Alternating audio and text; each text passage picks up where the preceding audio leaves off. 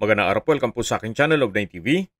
Nandito po tayo ngayon sa Malabon kung saan meron po tayong bagong video presentation, isang residential property.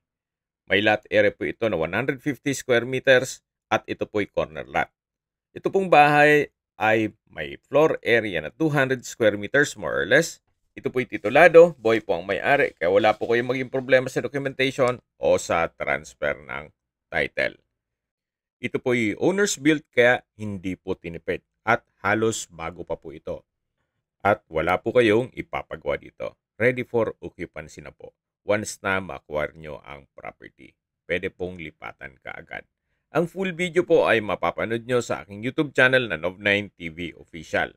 Napaganda po nitong lokasyon ng property gawa ng malapit po sa lahat ng business establishments.